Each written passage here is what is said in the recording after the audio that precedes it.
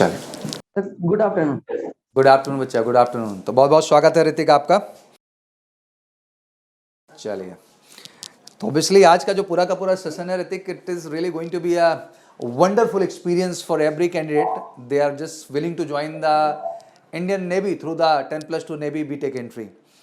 And जहाँ तक navy BTech की बात की जाती है, तो मुझे लगता है कि अगर हम यूट्यूब की दुनिया में देखने की कोशिश करें और तलाशें, तो I think very few candidate they are going through the 10+2 navy BTech entry.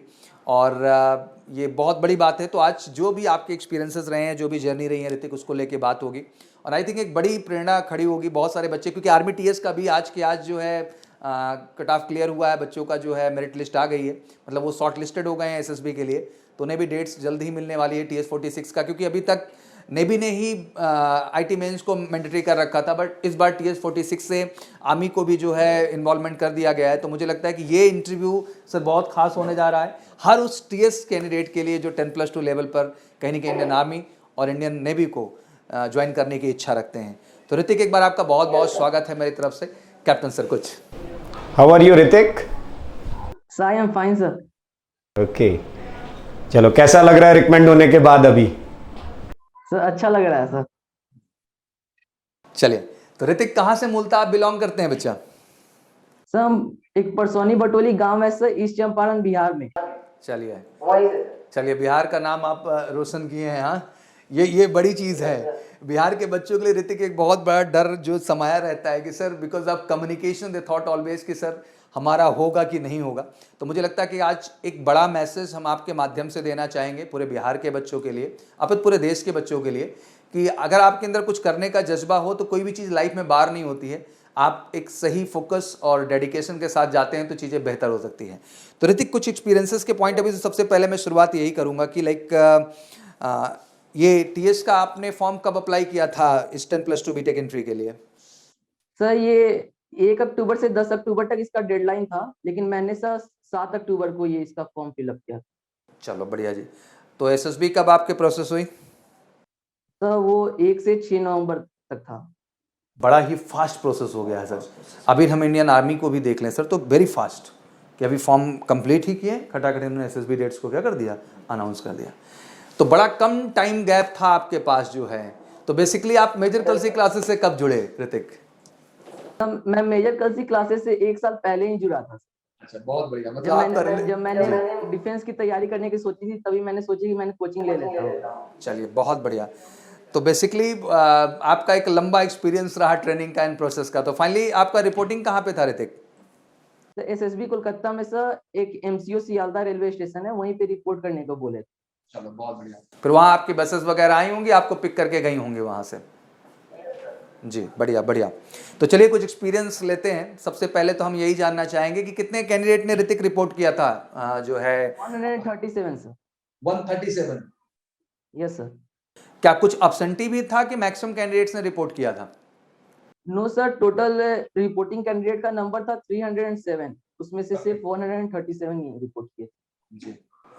अब रिपोर्टिंग की भी संख्या कम होने लगी पहले से, अगर हम लोग कंपेयर करें सर, तो कम थोड़ा सा रिपोर्टिंग की संख्या हुई है इसमें। एग्जैक्टली जब से इन्होंने आईटी मेन को इन्वॉल्व किया, तब से ये चीज़ें जो है होने लगी। हाँ, कट ऑफ के लिए वो फर्क डाल देता है सर जी। लेकिन अभी जैसे इन्होंने कहा कि 300 से ज़्यादा लड़के थे, बुलाए थे, फॉर्म भी, डेट भी ऑप्ट किया उन्होंने, मगर वहाँ पहुँचने की वजह शायद कोविड, ऋतिक, कोविड की वजह से वो नहीं बता सकते हैं सर, लेकिन मतलब जब कॉन्फ्रेंस में हम लोग गए थे तो वहाँ पे लिखा हुआ था 307 टोटल रिपोर्टिंग, और उसमें टोटल प्रेजेंट रिपोर्टिंग वो लिखा था 137।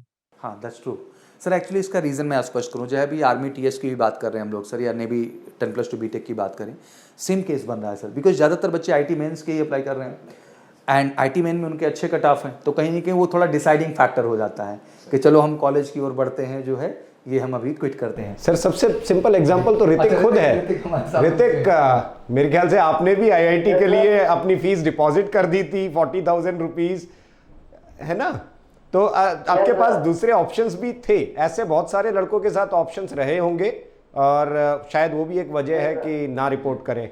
तो ऋतिक फाइनली ऑलरेडी एडमिटेड है किसी? कहाँ पे एडमिशन लिया ऋतिक आपने इंजीनियरिंग कॉलेज में? सर मुझे ब्रांच अच्छी चाहिए थी, इसलिए मैंने आईआईटी पटना के आर्टिफिशियल इंटेलिजेंस वाले ब्रांच में लिया था एडमिशन। Okay, very good. फिर आपने जो है इंजीनियरिंग को क्विट किया? यस सर, क्योंकि मुझे मतलब इंडियन नेवी मेन मेरा फोकस था और आईआईटी बैकअप प्लान के लिए मैंने किया था, इसलिए मैंने आईआईटी को क्विट कर दिया। क्या बात है sir, I think that's the example. Sir लोग जनरली आईआईटी को मेन रखते हैं और डिफेंस को बैकअप में रखते हैं। Hrithik, you did wonderful thing कि आपने डिफेंस को पहले रखा और आईआईटी को बैकअप में रखा। और ये बड़ा मैसेज है। मुझे लगता है कि लोग गिड़गिड़ाते हैं कुछ चीज़ों के लिए, और ऐसे शेर होते हैं जो जिससे चीज़ों को जीतते हैं और अपने अनुसार निर्णय लेते हैं कि हमें क्या करना है और कैसे करना है। ये सच है कि लाइफ में करियर अपॉर्चुनिटी के लिए हम बहुत सारी चीज़ों को ऋतिक चुन लेते हैं, बट मुझे लगता है कि अगर करियर के साथ साथ अगर पैशन भी मिल जाए तो इससे खूबसूरत चीज़ क्या हो सकती है। और इंडियन नेवी से आप दोनों सपना पूरा करेंगे। ऑब्वियसली आप इंडियन नेवी ज्वाइन करने का जो आपका पैशन है, और साथ ही साथ इंजीनियरिंग बैकग्राउंड में तो आप जा ही रहे हैं, वहाँ तो कोई क्वेश्चन मार्क है ही नहीं। तो मुझे लगता है कि पैशन प्रोफेशन मिक्स दिख रहा है यहाँ बिल्कुल। यस सर, मेरे बचपन से था सर कि हम पूरा वर्ल्ड को एक्सप्लोर करें। बहुत बढ़िया। और फिर इस लॉकडाउन में मैंने मूवी देखी थी एलओसी कारगिल, तो वहां पे मैं कैप्टन मनोज कुमार पांडे से मोटिवेट हुआ था, उनका लीडरशिप और ब्रेवरी की क्वालिटी देख के। तो इसलिए मैंने नेवी चुनने का मतलब डिसीजन लिया, क्योंकि वो दोनों मुझे प्रोवाइड करेगा, लीड करने का भी मौका देगा और वर्ल्ड को भी एक्सप्लोर कर लेंगे। बहुत बढ़िया ऋतिक, इसीलिए बहुत सर बढ़िया। Indian navy choice. जी ऋतिक, नेक्स्ट क्वेश्चन बनता है कि 137 की जो रिपोर्टिंग रही उसमें कितने लोग स्क्रीनिंग हुए आपके? 30 स्क्रीन इन हुए। 30 स्क्रीनिंग रहे। अच्छा, स्क्रीनिंग ग्राफ हमेशा से सर ये रहा। टेक्निकल एंट्री स्कीम में टेक्निकल हमेशा एंट्री के लिए आप मोटा मोटा जो है इसको 30% के आसपास मान के चलें। तब भी मुझे लगता है कंपेरेटिवली काफी अच्छा स्क्रीनिंग किया गया है। काफी ठीक था सर। 137 में से 30 स्क्रीन इन होना अच्छी बात है। ये अच्छे ग्राफ को शो करता है। तो फाइनली कितने लोग रेकमेंड हुए ऋतिक आपके बैच से? सब 5 रिकमेंडेड थे। That's very nice. तो बाकी लोग कहाँ से रहे जो 4 लोग रेकमेंड हुए? किन किन शहरों से रहे, किन स्टेट से रहे? सर एक हरियाणा से थे, एक यूपी से, एक हैदराबाद से और एक पंजाब से। और आपने बिहार का नाम तो रोशन किया ही किया। बहुत बढ़िया। That's a great the combination. हाँ, सारा देश दिखाई दे जाता है एक पॉइंट पे। चलो बहुत बढ़िया जी। बेसिकली जब 10+2 नेवी बीटेक एंट्री की बात आती है, एंड ऋतिक 10+2 तक की एजुकेशन भी आपने चंपारण बिहार से ही कंप्लीट की या कहीं से और आपने डेट की अपने क्वालिफिकेशन? नहीं सर, चंपारण बिहार से ही किया। अच्छा, बहुत बढ़िया। तो आपने वहाँ पे बेसिकली बिहार बोर्ड से स्टडी किया बच्चा, या फिर आपने convent schooling that mean CBSE board से कंप्लीट किया? सर मैंने 10th सीबीएसई से किया था और 12th में मैं जेई का प्रिपरेशन करने के लिए कोचिंग चला गया, जो पटना बिहार में एक है, मेंटर सेडुसर। तो उसके लिए मैंने बिहार बोर्ड से एक ये नॉन अटेंडिंग क्लास पे एडमिशन लिया था। जी जी, बढ़िया। दैट मीन एक तरीके से वो करस्पॉन्डेंस प्रोसेस हो गया, बट रेगुलर ही रहा, नॉन अटेंडिंग इन्होंने स्कूल ज्वाइन किया। बहुत बढ़िया। तो 2 साल पूरा फोकस जो आपका रहा वो इंजीनियरिंग को लेके रहा, आप उसकी प्रिपरेशन में पूरी तरह से फोकस्ड रहे? नहीं सर, 1 साल सिर्फ मतलब जब तक लॉकडाउन लगा था ना जी तब तक हम इंजीनियरिंग पे फोकस थे, लेकिन लॉकडाउन में जब एलओसी कारगिल मूवी देखें जी तो मेरा एम ये डिफेंस हो गया। लाइफ का एम चेंज किया आपने। हाँ, यस सर। बहुत बढ़िया, बहुत बढ़िया। तो कितने परसेंटेज बने थे आपके 10+2 में? सर 12 में मेरे 87.2%। बहुत बढ़िया। और मेन में आपने दिया, फिर एडवांस के भी एग्जाम में आप बैठे, तो क्या रैंक आई थी आपके मेन की और क्या एडवांस की? एडवांस की सर ऑल इंडिया रैंक 7138 था। बहुत बढ़िया। और मेरा कैटेगरी ओबीसी है, तो वो रैंक 1359 था। That's great। और ऑब्वियसली आपकी चॉइस रही होगी, तो जो आपको ब्रांच चाहिए थी वो आपको पटना आईटी में ही मिला, तो आपने उसको डिसाइड किया? Yes sir. जी, चलो बहुत बढ़िया। तो कभी क्या इसमें भी कोई टारगेट बनाया था कि नहीं बॉम्बे आईटी जाना है, दिल्ली आईटी जाना है, कानपुर आईटी जाना है, पटना आईटी जाना है? क्या मतलब क्या प्रोजेक्शन था दिमाग में? नहीं सर, पहले हम उतना आईआईटी के बारे में नहीं जानते थे, लेकिन बस जानते थे आईआईटी है, तो आईआईटी में सिर्फ जाना है। चलिए, बड़ा मासूम है ऋतिक सर। हाँ, वेरी जेन्युइन। ऋतिक, एक बड़ा इंटरेस्टिंग सा सवाल मेरे दिमाग में है आपके लिए कि आपने जब आईआईटी ड्रीम किया है ना, और आपने जब वो जर्नी शुरू की, तो देखो खत्म कहाँ 1000 some rank in OBC category, all India 7000 है ना। Yes sir. उसके बाद ऑल ऑफ अ सडन एक मूवी देखी आपने और फिर आपने अपना ड्रीम शिफ्ट किया। How difficult it was shifting to arm forces, leaving your own dream, IIT जहाँ से आप शुरू कर रहे थे, and again a message to all youngsters कि कितना डिटर्मिनेशन आपके टारगेट्स को अचीव करने में काम करता है, डिटर्मिनेशन का क्या रोल होता है। क्योंकि आपने 2 एम्बिशंस अपने लाइफ में रखे थे और आपने दोनों अचीव किए अपनी लाइफ में। Yes sir. सर जब मेरा टारगेट था सर आईआईटी, तब मैंने एलओसी कारगिल मूवी देखी, तो मेरा इसमें शिफ्ट हो गया डिफेंस में।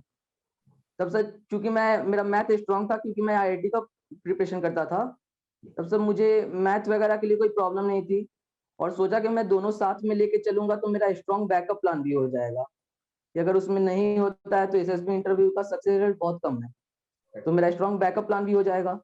तो उसके लिए मैंने एसएसबी इंटरव्यू के लिए मेजर कल से ज्वाइन किया। तो वहां पे मुझे एसएसबी इंटरव्यू के बारे में पूरा कुछ मालूम चल गया, कब क्या करना है और कैसे करना है। तो सर वो बस पर्सनालिटी का मतलब एसएसबी इंटरव्यू सब कुछ होता है, तो वो मेजर कल में जाके मालूम चल गया, और अपना प्रिपरेशन मैं आईआईटी का करता रहा, और सर उसके साथ साथ दोनों हो गया।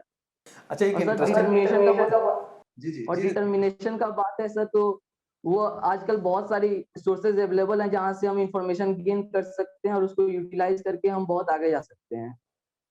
तो बस उसके लिए डिटरमाइंड होना पड़ता है कि हम कहाँ से कौन सा इंफॉर्मेशन लेके और उसे सही रास्ते में यूज करके आगे बढ़े। आई थिंक सर ये प्रश्न मुझे बार बार दिमाग में आ ऋतिक को दे करके। ऋतिक, एक जो एसएसबी बोर्ड को लेके आपने कहा कि सक्सेस रेट, हाँ ये सच है कि सक्सेस रेट के जब हम परसेंटेज को देखते हैं तो ये सच है कि वो चीज़ समझ में आती है, बट जब काबिलियत को देखते हैं तो सर वो चीज़ मुझे सच नहीं लगती है। दैट मीन्स सफलता का ग्राफ हर कैपेबल बच्चा ले रहा है और उसका 100% सफलता मिल रहा है। उसका आप एग्जाम्पल स्वयं है। लैंग्वेज एक बड़ा बार होता है, जैसे कि बेसिकली आप बिहार से आते हैं, एक एमटीआई प्रॉब्लम तो है ही आप में, मतलब एमटीआई आरटीआई दोनों हम कह सकते हैं सर, मतलब मदर टंग इन्फ्लुएंस भी है और रीजनल टंग इन्फ्लुएंस भी आप में है। जब एसएसबी जैसे प्रोस्पेक्ट को हम देखते हैं, जब आप भी स्वयं गए होंगे, जो भी आपका ग्रुप बना होगा, बच्चा बैच बना होगा, you got lot of candidate, they are coming from the convent background, तो लाइक कम्युनिकेशन को लेके आपके दिमाग में क्या था और कैसे आपने उस पर ओवरकम किया और अपने परफॉर्मेंस को बेहतर बनाया? ऋतिक, इस सब बचपन से ही मेरा इंग्लिश में इंटरेस्ट था, तो मेरा इंग्लिश स्ट्रांग था, बट सर यहाँ पे मैं अपना कम्युनिकेशन इस्तेमाल नहीं कर पा रहा था, क्योंकि हम लोग इंग्लिश में बातचीत नहीं करते थे, बिहार में ये सब कॉमन नहीं है जी। तो सर मुझे इंग्लिश का नॉलेज था, बट मैं यूज नहीं करता था। तो वहाँ पे जब मेजर कल सीख गया और जीडी वगैरह में देखा सर, तो वहाँ पे मैं स्टार्टिंग में मुझे मतलब शाई फील करता था मैं इंग्लिश बोलने में। फिर वहाँ पे मैं धीरे धीरे खुला, और वहाँ पे जब मैं गया तो वहाँ पे मुझे थोड़ी प्रॉब्लम नहीं हो रहा था। वहाँ पे मतलब मेरा इंग्लिश स्ट्रांग ही था वहाँ पे। बहुत बढ़िया, बहुत बढ़िया। चलिए अब नेक्स्ट क्वेश्चन बनता है, क्योंकि स्क्रीनिंग राउंड अब शुरू हो रहा है और जो है स्क्रीनिंग के बाद ऑब्वियसली आपकी जर्नी पूरी साइकोलॉजी की शुरू हुई, इंटरव्यू की शुरू हुई, जीटीयू को। तो अभी जो मेरा इंटरेस्टिंग वाक्य, सबसे पहले सर इंटरव्यू पे मैं जाना चाहूँगा, बिकॉज एक आईटीएन बैकग्राउंड का बच्चा, आई थिंक आपको मैं अगर उन 30 कैंडिडेट्स में देखूं तो क्या मैं ये कह सकता हूं कि आप इकलौते थे जो आईआईटी में एडमिटेड कैंडिडेट थे जो वहां पर बैठे हुए थे एसएसबी देने के लिए रहते? Yes sir. तो सबसे बड़ा प्लस पॉइंट सर, जो क्योंकि ये जो जज्बा है ना ऋतिक, ये अलग ही लेवल है, मतलब I am telling you sir honestly, क्योंकि मैं तो सबसे पहले सरप्राइज हूं आपके पेरेंट्स को लेकर के, क्योंकि पेरेंट्स जो है वो परमिशन ही नहीं देते हैं इस तरह के रिस्क लेने के लिए। तो आपने पेरेंट्स को कैसे कन्विंस किया ऋतिक? नहीं सर, मेरे पेरेंट्स बहुत सपोर्टिव थे सर, और वो हमेशा मुझे मोटिवेट वही करते थे कि आईआईटी से अच्छा आईएनए है। बहुत बढ़िया। ऋतिक कभी मोटिवेट करते थे मुझे। Yes sir. ऋतिक कभी मन में ऐसा भटकाव नहीं आया, ऐसा कभी डर नहीं लगा जब आपने साइमल्टेनियसली साथ में डिफेंस को ऑप्ट कर लिया, तो कहीं ऐसा ना लगा कि 2 नाव में पैर रख दिया है और कहीं ऐसा ना हो जाए कि रास्ता दोनों का ही अधूरा रह जाए? नहीं सर, ऐसा कभी नहीं लगा, क्योंकि मुझे कॉन्फिडेंस था कि आईआईटी तो निकल ही जाए। Very good. नहीं, बड़ी लव योर कॉन्फिडेंस लेवल। अच्छा, मैं बार बार थोड़ा सा पेरेंट्स पे फिर एक बार आऊंगा। पिताजी क्या करते हैं आपके ऋतिक? सर मेरे पापा रेलवे में। चलिए बहुत बढ़िया। तो वाकई में सबसे ज्यादा सपोर्ट पिताजी का था कि माताजी का था? सर सबसे ज्यादा सपोर्ट तो भैया का था, लेकिन इन दोनों का, पापा और मम्मी में दोनों का सपोर्ट बराबर ही। अच्छा, भैया क्या करते हैं आपके? सर भैया बीटेक किए हुए हैं, अभी यूपीएससी वगैरह का तैयारी करते हैं। चलिए बहुत बढ़िया, बहुत बढ़िया। और मुझे लगता है कि सर एक मैच्योर और स्ट्रॉन्ग गार्जियनशिप जो है बहुत मायने रखती है किसी भी चीज़ के लिए। तो जैसे कि एक इकलौते पीस तो आप हो गए थे, क्योंकि एक आईटी को क्विट करके बंदा पहुंचा है 10+2 नेवी बीटेक एंट्री के लिए। इंटरव्यू के दौरान कितनी देर आपका इंटरव्यू रहा और कैसा माहौल रहा? बिकॉज कहीं ना कहीं ये प्रश्न तो उठा होगा आपसे ऋतिक, क्योंकि हम इतने क्यूरियस हैं तो वहाँ तो क्यूरियोसिटी रही ही होगी। तो कैसा रहा ओवरऑल इंटरव्यू, कुछ बताएं, कुछ उसके अनुभव के? सर मेरा इंटरव्यू 1 घंटा और 10 मिनट चला था। जी, लाजमी और है। वहाँ पे मतलब ये सर मेरा स्टार्टिंग में पीआईक्यू से पहले क्वेश्चन हो रहा था, फिर जब सर टेक्निकल क्वेश्चन पे आए तो लगातार मेरा 15-20 मिनट टेक्निकल क्वेश्चन ही चलता रह गया जी और फिर हमसे 5 मिनट तो ये पूछे कि आईआईटी लोगे या आईएनए लोगे, क्यों लोगे। फिर कॉन्फ्रेंस में भी दोबारा पूछे जी कि आईआईटी लोगे या आईएनए लोगे। हाँ, ये सर प्रोसेस मेरा इंटरव्यू ज्यादातर पीआईक्यू पे चला, फिर टेक्निकल पे चला और फिर आईआईटी और आईएनए पे चला। जी। तो मैं वो लाइनें कुछ जानना चाहूंगा क्योंकि एक क्यूरियोसिटी तो रही होगी इंटरव्यूइंग ऑफिसर के अंदर, और मुझे लगता है पूरा बोर्ड के लिए सर एक अलग तरह का माहौल रहा होगा, बिकॉज अगर ये कॉन्फ्रेंस तक बात जा रही है सर तो मायने रख रही है, बिकॉज उनको अल्टीमेट यही लग रहा था कि ये ऐसा करेगा कि नहीं करेगा। मे बी जो है आईटी के बाद जो है ये आईएनए को भी ना ज्वाइन करे, फिर से अपने माइंडसेट को चेंज करें, तो एक बड़ा अजीब सा कौतूहल ड्यूरिंग कॉन्फ्रेंस भी रहा होगा सर, और इंटरव्यूइंग ऑफिसर तो बार बार इनको झकझोरा होगा ये समझने के लिए कि आईआईटी या आईएनए। तो क्या क्वेश्चन थे उस दौरान ऋतिक, और क्या आपके जवाब थे? एक दो अगर याद हो तो कुछ बताएं आप। सर एक बार पूछे थे कि आईआईटी और आईएनए में से कौन लोगे, तो हम बोले सर आईएनए लेंगे। तो बोले क्यों लोगे तुम, हम बोले कि वो मेरा बैकअप प्लान है आईआईटी और आईएनए मेरा मेन प्लान है, तो हम आईएनए लेंगे। तो बोले मतलब क्या डिफरेंस है कि वो तुम्हारा बैकअप प्लान हो गया और ये नहीं हुआ है, ये बैकअप प्लान नहीं है आईएनए। तो हम बोले सर हम आईएनए के बारे में जब भी सोचते हैं तो हमको गूज बम्स आता है और आईआईटी के बारे में सुनते हैं तो नॉर्मल ही रहते हैं। तो वो एक्साइटमेंट नहीं आता। वही यस सर, तो जो हमको अच्छा लगता है उसी में जाएंगे हम। तो बोले आईआईटी अच्छा है, सब कोई बोलता है, तो हम बोले सर हमको लगता है कि आईएनए अच्छा है, लोग के बोलने से वो कोई फर्क नहीं पड़ता। क्या सर वही क्वेश्चन था सर मेन। चलो बहुत बढ़िया। कॉन्फ्रेंस में क्या हुआ उस मूवमेंट को भी थोड़ा सा बताओ मेरे को। कॉन्फ्रेंस में सर दो बार पूछे कि एक बार आईआईटी लोगे कि आईएनए लोगे, तो फिर सेम आंसर दिए हम। और फिर पूछे कि घर में सब कोई बीटेक बीबीए बीसीए किया हुआ है तो तुम क्यों कर रहे हो आईएनए, कोई नेवी बैकग्राउंड से है नहीं या आर्मी बैकग्राउंड से। तो हम बोले सर हमको नेवी अच्छा लगता है, क्योंकि अपना रीजन बताएं, वही कैप्टन मनोज कुमार पांडे से मोटिवेट हुए हम, और सर बचपन से ही हम एक्सप्लोर करना चाहते थे वर्ल्ड, तो इसलिए हमको नेवी अच्छा लगता है, तो हम नेवी ही चुने। चलिए बहुत बढ़िया, and I love your honesty and straight forward and clear sir. ये बहुत मायने रखता है सर, इस बात को मैं डिस्कस भी करना चाहूँगा। अमूमन क्या होता है कि बच्चे सर कभी कभी कुछ प्रश्न जब सामने आते तो उसमें एक अलग सा बनावटीपन, अलग सा दिखावा लाने की कोशिश करते हैं, जबकि मुझे लगता है सर कि ट्रुथ से बढ़ के कुछ नहीं है, सत्य सत्य है। और जब आपका एग्जैक्टली वही कारण है तो अगर आप वो ईमानदारी से रखते हैं तो मुझे लगता है उससे स्ट्रॉन्ग कोई आंसर हो सकता है उस प्रश्न के लिए जो उस समय आपसे वो एक्सपेक्ट कर रहे होते हैं। Sir you need to be true to yourself first, है ना। और ऋतिक को तो मैंने जब से देखा था यहाँ पर ट्रेनिंग सेशन में, he was very honest and dam hard working boy. OIR 1 क्या बात है सर। जितनी बार टेस्ट देता था मैं इसका लिस्ट में हमेशा सबसे ऊपर नाम देखता था। Fixed था। OIR 1 है ये। नहीं सर, और मुझे लगता है सर यही चीज़ें हैं और ये ऋतिक एक एग्जाम्पल भी सेट कर रहे हैं, बिकॉज ऑब्वियसली बच्चों में एक बड़ा फोबिया रहता है, स्पेशली बिहार के बच्चों में मैंने अक्सर देखा है कि उनमें एक अजीब सा डर रहता है कि sir my communication is not too much good sir, हमारे भाषा में सर वो बिहार का टोन आता है, इवन ऋतिक के भी भाषा में आ भी रहा है उस चीज़ का। तो ये चीज़ बिल्कुल नहीं मायने रखती है, ये कैंडिडेट को समझना बहुत ज़रूरी है। आपका पर्सनालिटी का टेस्ट है और उसमें लैंग्वेज कहीं से भी बाहर नहीं है। What is tested in selection board is comfortability with language. Hrithik, अगर आपको याद होगा तो हम लोग क्लास में हमेशा एक ही बात कहते थे कि आप अपनी बात को कहते समय सहज होकर के बात कहें। यस सर, आप कंफर्टेबल रहें बात करते समय। अगर एक दो शब्द आप हिंदी के मिक्स कर रहे हैं तो उससे कोई बड़ी बात नहीं आती, कोई बड़ा खराब इंप्रेशन नहीं आता है। मगर जबरदस्ती की अंग्रेजी उतनी खराब है जितना कि आप बात ना करें, है ना। सर मैंने भी इंटरव्यू में एक जगह हिंदी का यूज किया था जी। तो वो इंटरव्यू ऑफिसर से पूछा सर इसका इंग्लिश बता दो, तो वो बोले कि मुझे भी नहीं मालूम है, जो हिंदी में आता है वही बोलो। और एक बड़ी अच्छी चीज़ आपने कही सर, सहज होना। और मुझे लगता है सहजता सर केवल सच्चाई में होती है हमेशा, सच के अलावा किसी चीज़ में सहजता हो ही नहीं सकती है। तो अगर आप सच हैं तो आप सहज हैं मुझे लगता है, और सच होना ही सबसे बड़ी चीज़ है। अपना भी सच जानना ज़रूरी है और जिस विषय में हम बात कर रहे हैं उसका भी सच जानना हमारे लिए सर बहुत ज़रूरी है, और यही अल्टीमेट है सफलता का कारण। चलिए थोड़ा सा इंटरेस्टिंग वाक़या यहाँ से बढ़ता है, क्योंकि बिल्कुल आप आईटी बैकग्राउंड से रहे, इंजीनियरिंग बैकग्राउंड रहा, इंजीनियरिंग बैकग्राउंड के लिए आप जा रहे हैं 10+2 बीटेक एंट्री में, तो साइकोलॉजी के अंदर जब आपके सामने इमेजेस थी या ब्लैंक इमेज, मेरा क्यूरियोसिटी इसको भी लेके बहुत ज़्यादा Yes, है, तो क्या स्टोरी में कुछ इंजीनियरिंग बैकग्राउंड ज़्यादा नजर आया या इस तरह की स्टोरीज लिखने की कोशिश की, या जेन्युइन जिस तरह से आप थे उस तरह से स्टोरीज रखने की कोशिश की, और ब्लैंक स्टोरी आपकी क्या थी? सर जैसे स्टोरी आ रहा था वैसे ही हम लिख रहे थे, मतलब कुछ स्टोरी था जिसमें इंजीनियरिंग बैकग्राउंड लगाना जरूरी था, जैसे मशीन वगैरह दिखा दे रहा था, जी। तो वो सब में हम इंजीनियरिंग बैकग्राउंड का लगा दे रहे हैं। बट सर जो कॉमन स्टोरी था, जैसे एक स्टोरी था कि एक लड़की बुक लेके खड़ी थी और एक आदमी से बात कर रही थी, तो उसमें हम इंजीनियरिंग बैकग्राउंड नहीं लगा सकते थे, तो जो दिमाग में आ रहा था वही लिख दे रहे थे, मतलब जो पहला स्टोरी आ रहा था अगर इंजीनियरिंग बैकग्राउंड से आया तो ठीक, नहीं तो जो आ रहा था वही लिखते थे। और सर जो ब्लैंक स्टोरी था उस पे सर मतलब 2-4 स्टोरी हम पहले इंजीनियरिंग बैकग्राउंड से बना दिए थे, तो मेरे दिमाग में स्ट्राइक किया कि एकदम मतलब 2-4 महीने पहले पढ़े थे कि स्मोक टरबाइन के बारे में, जो पॉल्यूशन का जो एयर पॉल्यूशन है उसको यूज करके, पॉल्यूटेड एयर को यूज करके एनर्जी में कन्वर्ट करेगा।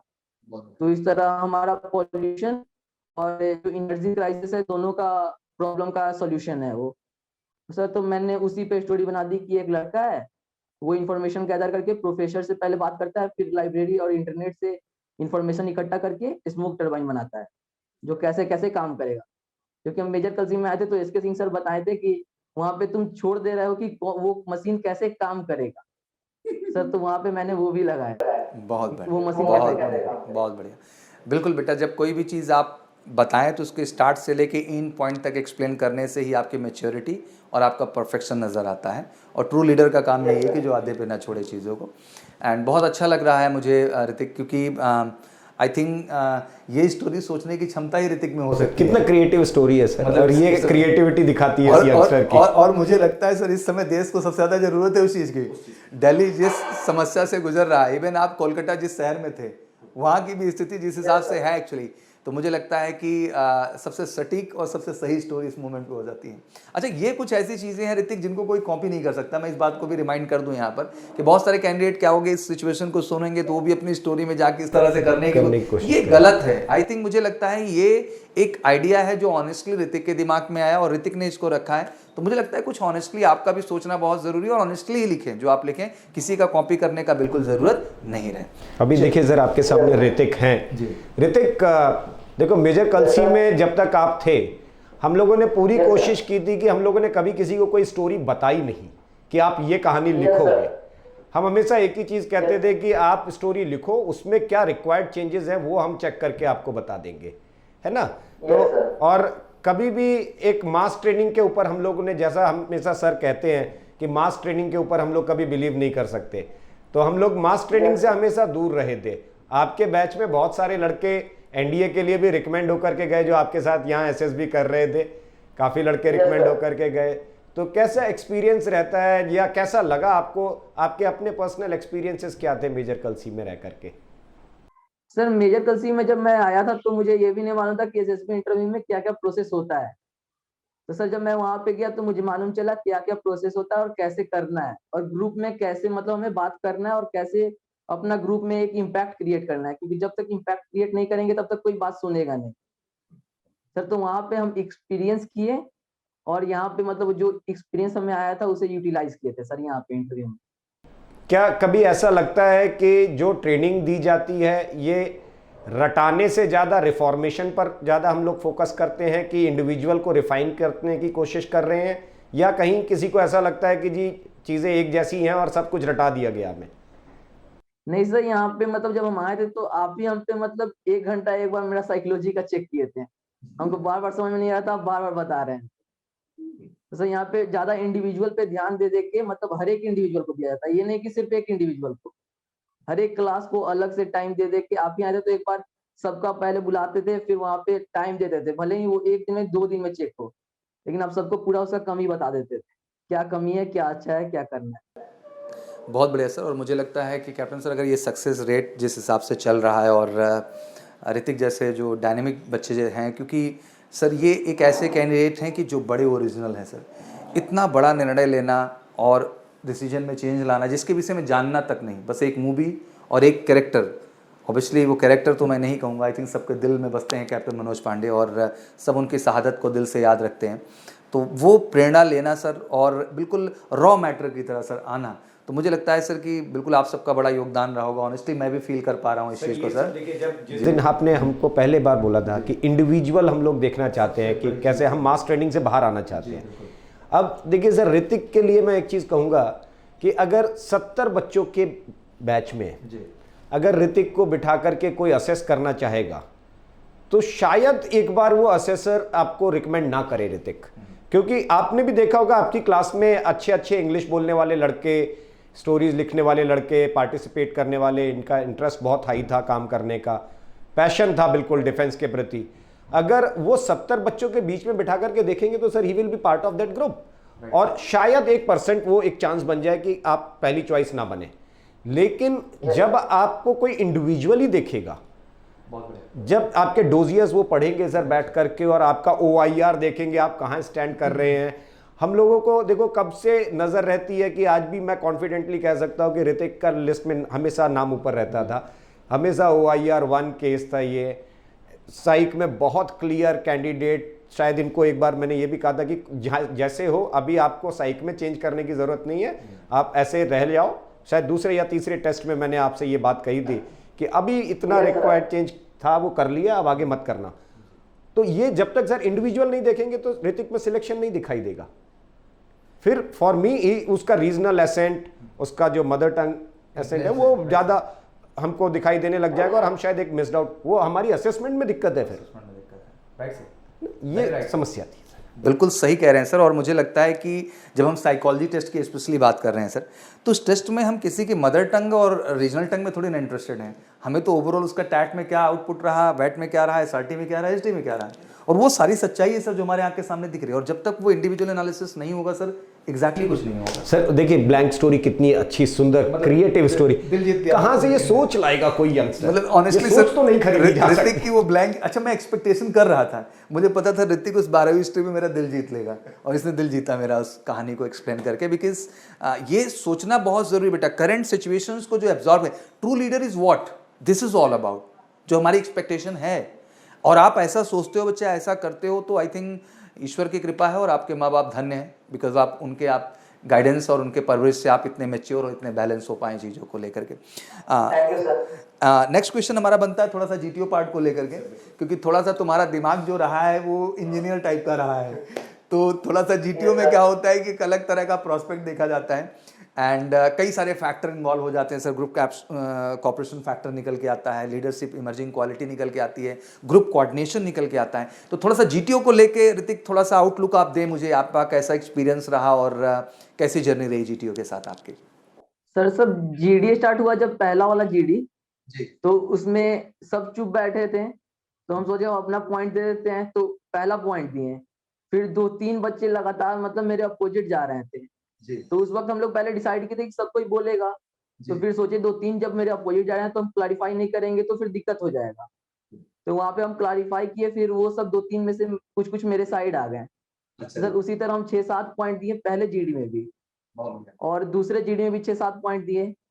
और जब GP हुआ तो देखे सर कि हम पहला पॉइंट दे दिए, उसके बाद लोग अपना पॉइंट देना चाहता है, जबकि हम GD में अपना पॉइंट दे चुके थे बहुत सारा। तो हम GP में सोचे अब दूसरे को बोलने देते हैं, तो 1 पॉइंट दे के हम चुप हो गए। फिर उसके बाद कुछ देर बाद हम पूरा GP में सिर्फ 3 से 4 पॉइंट दिए, और उसका चुप रहे। और वो जो था कि कॉमन हम लोग का सॉल्यूशन किसी को बोलना था, तो हम ही नॉमिनेट किए कि चेस्ट नंबर 11 जाके बोलो। बहुत great, very good, selfless approach. बहुत बढ़िया। यस सर, तो सब कोई एग्री किया तो वो जाके बोला।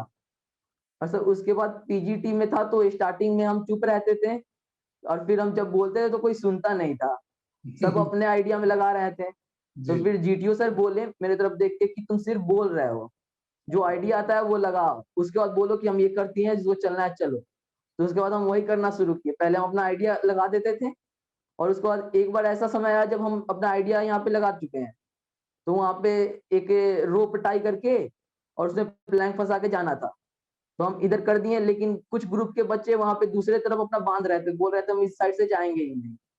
तो जब GTO सर डांटे तो सब कोई मेरे साइड आ गया, तो उसके बाद से हम आइडिया देते गए और सब फॉलो करते गए, तो वहाँ पे सर कुछ बेनिफिट हुआ। सर PGT में ये हो गया। फिर GT में हमारा ग्रुप मतलब पूरा कोऑर्डिनेशन था हमारे ग्रुप के बीच में। तो वहां पे सर हम लोग इजिली 2 से 3 मिनट में अपना एचजीटी पूरा कर ली। और फिर सर जीओआर जब आया तो उसमें हम लोग स्नेक पकड़ना था, तो वो हम मेरा चेस्ट नंबर 20 था, तो हम सबसे पीछे थे, तो वहां पे स्नेक हम नहीं पकड़ पाए। तो उसके बाद हम सोचे अपना ग्रुप में कोऑपरेशन दिखाते हैं, क्योंकि एसके सिंह सर बताए थे जब स्नेक ना मिले तो कोऑपरेशन दिखाना, वहां पे कोऑपरेशन मैटर करता है। तो सर वहां पे कोऑपरेशन दिखाए सबको, मतलब पहले भेजते थे कि कुछ कुछ ग्रुप में मोटे मोटे 2 बंदे थे तो वो नहीं जा पाते थे, तो पहले उनको भेज के और फिर लास्ट में हम चढ़ते थे। तो इस तरह जीओआर हो गया और वो हम ग्रुप को मोटिवेट करते रहे। जैसे एक को चोट लग गया पैर में, तो फिर उसको साथ दे के उसको आगे लाए। तो जीओआर वहां पे खत्म हो गया। फिर लेक्चरेट हुआ था, तो लेक्चरेट में हम सोलर एनर्जी पे बोले थे बहुत और बढ़िया। 3 मिनट लगातार बोले सर, रुके नहीं थे। क्या बात। वहां पे सर लेक्चरेट खत्म हो गया और उस दिन आईओ बचा। फिर आपका आईओ आईओ हुआ तो उसमें हम 8 ऑब्स्टेकल किए थे, और जब 9th पे ऑब्स्टेकल पे थे हम, तो उस समय मेरा टाइम्स अप हो गया। तो उसके बाद वो कंप्लीट करके हम उतर गए। फिर सर कमांड टास्क में कैसा रहा था? सर कमांड टास्क में मुझे मिला था वो, मतलब पूरा वहां पे लूप बना के और रास्ता बनाना था प्लैंक से, तो वो वाला मिला था सर। तो वो हम कंप्लीट कर लिए, 3 से 4 मिनट में कंप्लीट कर लिया। तो अब मेरा एक सवाल ये जरूर आता है आपसे ऋतिक कि यस सर। देखो, हम पूरे दिन का जब सेशन होता है यहाँ पर मेजर कल्सी क्लासेस में, सिर्फ जीटीओ साइकोलॉजी या इंटरव्यू के बाहर जो बड़ी खूबसूरत प्लानिंग एक मुझे लगती है सर की, कि सुबह का 1 घंटा डिस्कशन और लेक्चरेट का जो आपको मिलता है 9 से 10, और वो 4 से 5 वाला जो टाइम करंट अफेयर्स की क्लास होती है, ये कितना फर्क डालता है आपकी जनरल अवेयरनेस पे, और कितने कॉन्फिडेंट हो जाते हो आप इतनी प्रैक्टिस के बाद ग्रुप डिस्कशन और लेक्चरेट के पार्टिसिपेशन में? सर पहले ग्रुप डिस्कशन मतलब हम लोग समझते थे कि सिर्फ नॉलेज चाहिए तभी हम लोग ग्रुप डिस्कशन में बोल पाए, लेकिन फिर सर वहां पे जीडी में मालूम चला कि बस हम लोग का पॉइंट सुन ले, अगर हमें नहीं भी आता है तो दूसरे के पॉइंट्स हम लोग सीख के बोल सकते हैं और उससे अच्छा बोल सकते हैं जो सब कोई सुनेगा। तो वहां पे जीडी में हम लोग को ये बेनिफिट मिला, और हम लोग वहां पे पूरा खुल चुके थे कि हम लोग किसी से डर नहीं लगता था। किसी के बैच में चाहे रिपीटर बैठे, रिकमेंडेड बैठे, कोई फर्क नहीं पड़ता था, क्योंकि वहां पे सबके साथ प्रैक्टिस हो चुका था। तो वो सुबह और लेक्चरेट में सर पहले डर लगता है, पहली बार स्टेज फियर होता है, तो वहां पे वो खत्म हो जाता है लेक्चरेट में, क्योंकि 1 हफ्ता में 2 बार हम लोग लेक्चरेट कर लेते हैं, और वो 14 दिन के कोर्स में 4 बार, तो 4 बार में पूरा कॉन्फिडेंट हो जाते हैं हम लोग। और मौका मिले तो वो 3-3, 6 बार भी हो जाता है कभी कभी। तो वहां पे पूरा कॉन्फिडेंस आ जाता है, तो वो हम लोग को एसएसबी में काम आएगा। बाद में काम नहीं लगेगा कि बेकार है, उस समय लगेगा बेकार है, लेकिन वो एसएसबी में काम आएगा, बहुत ज्यादा काम आएगा। ऋतिक, सिलेक्शन ऑफ, हाँ आप बात खत्म करें अपनी, आप कुछ कहना चाह रहे थे? जी। Yes sir. और जो सर करंट अफेयर होता है उससे हम लोग को नॉलेज आता है, क्योंकि अगर हम लोग को नॉलेज नहीं रहेगा तो हम लोग पार्टिसिपेट कर सकते हैं, लेकिन अगर हम लोग पहला पॉइंट डालते हैं और वो भी नॉलेजफुल, तो वो इम्पैक्ट डालता है बहुत अच्छा। तो वो करंट अफेयर क्लासेज का बहुत फायदा हुआ था उसमें। अच्छा, और सर इंटरव्यू में भी कुछ टॉपिक की जब बात आती है ऋतिक, लेक्चरेट में 4 टॉपिक आपको मिलते हैं, 4 में से किसी एक पर आप बोल सकते हैं, तो उसमें जो अच्छे टॉपिक होते हैं, कम लोग उस पे, लोगों का लेवल 3 लेवल 4 पे लोग ज़्यादा बात कर लेते हैं, फिलर्स वाले टॉपिक जो होते हैं, तो यहाँ की प्रैक्टिस से कितना फर्क पड़ जाता है कि टॉपिक, क्योंकि एज अ कैंडिडेट आप बेहतर बता सकते हैं स्टूडेंट्स को या एस्पिरेंट्स को कि कितना फर्क पड़ता है चॉइस ऑफ टॉपिक्स को लेकर के वहां पर। सर वहां पे चॉइस ऑफ टॉपिक होता है कि वहां पे जब दिमाग में स्ट्राइक नहीं करता है कौन से टॉपिक पे बोले, तो वहां पे बहुत लोग हड़बड़ी में जो मन में आता है वो चुन लेते हैं, और उस पे वो मतलब जो लेवल 4 टॉपिक चुनेंगे, माय फेवरेट हॉबी या कुछ, तो उस पे पॉइंट भी नहीं रहता है कि बोल पाए, 3 मिनट तो बोल भी नहीं पाएंगे। तो उससे अच्छा होता है कि लेवल 1 टॉपिक जो रहता है वो करंट में रहता है, तो उसके बारे में कुछ सुने भी रहते हैं तो उसे कुछ बोल सकते हैं। तो इसीलिए सर वहां पे मतलब चॉइस ऑफ टॉपिक बहुत मैटर करता है कि 3 मिनट आपको बोलना है और पूरा इम्पैक्ट के साथ बोलना है। क्या ये टॉपिक चुनने के लिए जो ट्रेनिंग आपको मेजर कल्सी क्लासेस में दी जाती है उसका कुछ फर्क पड़ता है? Yes sir. सर वहां पे मतलब पहले जाते हैं लोग, तो पहले हम लोग के दिमाग में नर्वसनेस रहता है, जिसके कारण हम लोग टॉपिक चुनने में गलती करते हैं, लेकिन 1 बार करेंगे, 2 बार करेंगे, तीसरी बार से तो पॉइंट पे आ ही जाएंगे। और वहाँ पे मैम बताती हैं तो उनसे तो पूरा मतलब पूरा सीख लेते हैं लोग कि कैसे टॉपिक सिलेक्शन करना है। तो एक बार दो बार, लेकिन तीसरी बार वो गलती नहीं करेंगे लोग, एक ही गलती बार बार, तो वो सर बहुत सुधार आ जाता है तीसरी बार में। ऋतिक कभी सर बात कर रहा था, एक बड़ा अच्छा मोमेंट इसने कहा GOR को लेकर के। जब हम लोग ग्रुप ऑब्स्टिकल रेस की बात करते हैं, तो जब उस समय कर्नल जुनेजा सर से भी बात कर रहा था, तो उन्होंने GOR का जिक्र बड़ा सीरियस और बड़ा इंटरेस्टिंग किया था। उस पर स्पेशली मैंने एक बाइट बनवाई। तो आपने एक बड़ी अच्छी बात सर इसको गाइड की बच्चे को, कि कभी कभी सर लोग, हर आदमी सांप को पकड़ने में ही बिजी है। मतलब उसको ये लगता है अगर मैं सांप नहीं पकड़ पाया तो फिर मैं ग्रुप से क्या हो गया, बाहर हो गया। तो ये कॉन्फिडेंस जो अभी मुझे ऋतिक ने यहाँ लाइन में दिया कि सर मैं वो सांप नहीं, क्योंकि सर इतनी ग्रुप बड़ा है और उतनी बड़ी रोप है भी नहीं वो, तो भाई कोई ना कोई तो सर छूट ही जाता है। तो उसके बाद बाहर निकल जाना और उसके बाद टीम को कोऑपरेट करके जो है लास्ट तक पहुंचाना। तो आपको ऋतिक अंदर से ये लगा नहीं कि यार रोप मेरे हाथ में आ नहीं रही है, मैं क्या करूंगा, मेरी क्या इमेज बनेगी, कैसे, मतलब सडनली आपने कैसे माइंडसेट चेंज किया? नहीं सर, वहाँ पे सर बता चुके थे कि एक बार कि अगर सांप हाथ में नहीं आता है तो टेंशन नहीं, क्योंकि वहाँ पे कोऑपरेशन देखा जाता है। और तो हम सोचे कि सांप अगर पकड़ते हैं तो उसके लिए हमें मतलब दूसरों से छुड़ाना पड़ेगा, तो वो छोड़ेंगे नहीं, बेकार में सेल्फिशनेस दिखेगा। तो सर सोचे कि कोऑपरेट करते हैं, क्योंकि वहाँ पे सांप भी पकड़ते तो हम अच्छा से परफॉर्म भी नहीं कर पाएंगे, क्योंकि हम अकेले भी नहीं रहेंगे। ऑनेस्टली कैप्टन इसीलिए सर सर ये हम अलग ग्रुप लेवल पे ही ऑपरेट कॉन्फिडेंट है लड़का। मतलब Hrithik, I just love one thing about you बच्चा। मैं तो like I do interview for the lot of interview sir, जिसमें ये लगता है कि उनके अंदर लीडरशिप के तरीके अलग हैं। देखिए लीडरशिप का सर दो तरीका यहाँ निकल आया है। ऋतिक ने तो एक अलग एग्जाम्पल ही सेट कर दिया आज इस सिलेक्शन से। और आई थिंक हर कैंडिडेट के लिए एक बड़ा मैसेज है जो मैं सर यहाँ कह, मैं बड़ा खुश फील कर रहा हूँ कि एक लीडरशिप थी ये सर कि आप बढ़ करके चीज़ों को आगे ले लो और आगे से लीड करके जो है चीज़ों में सफलता सुनिश्चित करो और अपनी लीडरशिप को। बट यहाँ पे पीछे से इसने लीडरशिप दिखाई है सर, कि अगर आप किसी सिचुएशन में नहीं भी इन्वॉल्व हैं, दैट में उस चीज़ को नहीं ग्रिप कर पाए, बट आप पीछे से भी कितना कुछ कर सकते हैं अपने टीम के लिए, ये बहुत बड़ी चीज़ चाहिए। और सर इसके लिए बड़ा कॉन्फिडेंस चाहिए, क्योंकि अंदर एक बच्चे तो हैं ही सर, छोटे हैं अभी। सर इतने यंग एज के लड़के में आप सेल्फलेस अप्रोच बहुत मुश्किल से, बहुत मुश्किल सर, बहुत मुश्किल। मतलब जनरली क्योंकि देखो तुम्हारे साथ में बहुत सारे लड़के आए होंगे, हर एक को अपना सिलेक्शन चाहिए। एग्जैक्टली। और उस सिलेक्शन के चक्कर में मैं, मेरा आइडिया, मेरा सिलेक्शन, और वो सेल्फिश हो जाते हैं कभी कभी। अगर वो छोड़ दिया जाए तो सिलेक्शन बड़ी आसानी से निकल आता है। अब मुझे लगता है सर ये माँ बाप है जिनकी अब ब्रिंगिंग है, जो इतना सेल्फलेस इसको बनाए हैं सर, क्योंकि ये चीज़ें ऐसी नहीं सर जो एक दिन में डेवलप होती हैं। ये एक स्ट्रॉन्ग अपब्रिंगिंग है और कहीं ना कहीं वो गार्जियनशिप है जिस वजह से ऋतिक ये कर पाए। Hrithik really I really enjoyed. और आपका जो सर ने, मैं तो पूरे इंटरव्यू का निचोड़ यही देख पा रहा हूँ सर कि what a creativity, what a passion and what a selfless attitude sir, मतलब अल्टीमेट। और ये एक क्वालिटी है बेटा जो रियल लीडर्स के अंदर है और वो डिजर्व करते हैं वहाँ होना। अब लास्ट मोमेंट थोड़ा सा रह गया है तो कॉन्फ्रेंस में सर आ ही जाते हैं। तो कॉन्फ्रेंस के समय आपका ग्रुप, मतलब टोटल 30 कैंडिडेट्स हैं और आपका चेस्ट नंबर 20 है, तो लाजमी सी बात है कि थोड़ा समय तो लगा होगा 20 तक पहुँचने के लिए। तो जो काउंटिंग हुई वो रैंडम रही, और कॉन्फ्रेंस कितनी देर आपका चला, कैसा था, थोड़ा कुछ बताएं कॉन्फ्रेंस राउंड के विषय में। तो कॉन्फ्रेंस में था कि एक बच्चा जाएगा और एक बच्चा वेटिंग रूम में बैठेगा, और फिर जब वो पहला वाला आएगा तो तीसरा वाला जाएगा। तो वैसे ही सर जैसे जैसे मेरा नंबर आ रहा था, मेरा हार्ट बीट बढ़ते जा रहा था, तो फिर वो चेस्ट नंबर 18 जो था वो हमसे बोला कि अपना टाई दे दो, क्योंकि मेरे पास टाई नहीं है। तो हम जाते हैं, हम आएंगे तब तुमको जाना है, तो हम उसको टाई दे दिए। तो फिर जब हम आधे रास्ते में बिना टाई के गए, फिर वो आया आधे रास्ते में, तो हम टाई लिए थे, तो हमको डर लग रहा था कोई रास्ते में देख लेगा तो बोलेगा कि बीच में टाई चेंज कर रहा है। सर तो वहां पे हम गए सर, तो हमको मुश्किल से मतलब एक बच्चा निकला तो 1 से 2 मिनट वेट किए होंगे हम बाहर वेटिंग रूम में। और फिर जब अंदर गए सर, तो वो प्रेसिडेंट सर बड़ा मुंह बना के मतलब अजीब तरह से हमको देख रहे थे। तो गुड मॉर्निंग बोले तो वो एकदम अजीब से बोल रहे हैं गुड मॉर्निंग। तो फिर वहां पे हम डर गए, फिर सोचे हम उनके तरफ देखेंगे ही नहीं, जो हमसे क्वेश्चन पूछेगा उसके तरफ देख के आंसर देंगे।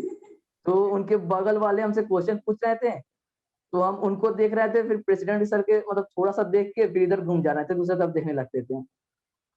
तो फिर सर वही मेरा कॉन्फ्रेंस चला, तो वो ज्यादा वही था कि आईआईटी और आईएनए क्या चाहिए, और पूछे कि जीटीओ का मतलब कहीं से प्रिपरेशन किए थे, तो हम बताएं कि सर किए थे। तो पूछे कहाँ से किए, तो हम बोले मेजर कलसी से। और सर वही पूछे कि स्टे का बेस्ट पार्ट क्या लगा था, तो हम बोले सर यहाँ पे जो हमको दोस्त बना है वो हमको बहुत अच्छा लगा था, यहाँ पे मेरा बहुत अच्छा बॉन्डिंग बना। तो वो पूछे कि यहाँ पे बेस्ट फ्रेंड कौन है, तो उसका आंसर दिए। बस सर उसके बाद बोले कि thank you, your interview, your conference was over, now you can go. तो उसके बाद हम चले हैं। जी। तो उसके बाद माइंड में क्या चल रहा था, क्योंकि वाकई में बहुत सारी चीज़ें इंटरेस्टिंग तो नहीं हो रही हैं आपके साथ, तो दिमाग में उस समय क्या चल रहा था आपके? उस समय लग रहा था कि हम तो पूरा तो मतलब कॉन्फ्रेंस आउट ही होंगे, टोटल नॉट रिकमेंडेड, या होंगे तो रिकमेंड ही होंगे। जी बढ़िया। फिर आपका चेस्ट नंबर कब अनाउंस किया गया? सर मेरा चौथे नंबर पे अनाउंस किया, क्योंकि वो रैंडम नहीं कर रहे थे अनाउंस, सीधा कर रहे थे। वो 3 कॉन्फ्रेंस के बाद 3 घंटा हम लोग को वेट कराया गया था। 3 घंटा वेट जी 3 घंटा वेट कराया गया था, तो तब रिजल्ट अनाउंस हुआ। तब तक हम लोग को पूरा डर के हमारे हालत खराब था कि क्या होगा, 3 घंटा क्यों लगा रहे, पास आउट तो नहीं है। तो ये भी सोचने पे बच्चे मजबूर होते हैं। बहुत बढ़िया बहुत बढ़िया। तो फाइनली फिर जी तो चेस्ट नंबर जब 20 जब अनाउंस हुआ तो कैसा महसूस किया आप? सब बहुत अच्छा लग रहा था सर। जी सोच रहे थे सर अब तो वहीं गया। तो फिर आप मेडिकल के लिए वहाँ स्टे किए कि मेडिकल का प्रोसीजर बाद में डन किया गया आपका? नहीं सर, वहीं पे स्टे किए थे सर। वहाँ पे एसएसबी से निकाल के दूसरे जगह भेजे थे, तो वहाँ पे हम लोग रुके और फिर वहाँ पे हम लोग मेडिकल। बहुत बढ़िया। Hrithik, I really enjoyed to talking with you. I think मुझे बहुत मज़ा आया। मैं तो सीधा आमंत्रित करूँ कभी आप इलाहाबाद आएँ पेरेंट्स के साथ, भैया के साथ, तो welcome once in academy. Please आइए, मैं मिलना चाहूँगा आपसे, आपके परिवार से यहाँ पे। And I think you just did a great inspiration for the whole India कि आई थिंक पैसन भी कमाल की चीज़ है, वो हो तो इंसान कुछ भी कर सकता है, और वो एग्जाम्पल आपने सेट किया है। And I really feel very good and too positive. मुझे बहुत अच्छा लग रहा है। कैप्टन सर कुछ आप कहें ऋतिक के विषय में लास्ट में? Hrithik, you are having a bright future ahead, ठीक है? Keep rising high ever in your life. Yes sir. चलिए, thank you so much Hrithik. I think it was lovely interaction with you, और हम सब ने एंजॉय किया। इंटरव्यू तो बढ़ता चला जाएगा। आई थिंक बातें इतनी हैं कि वो कभी ख़त्म नहीं हो सकती हैं। तो बस फटाफट एकेडमी का हिस्सा बनिए। ट्रेनिंग के बाद जब छुट्टी मिले तो एक बार स्वागत है आपका, बिल्कुल एमकेसी परिवार में आए। एंड हमें बहुत अच्छा लगेगा आपसे मिल करके, बात करके। Thank you so much and wish you good luck for your future. Thank you so much and Jai Hind. Thank you sir. Good afternoon sir.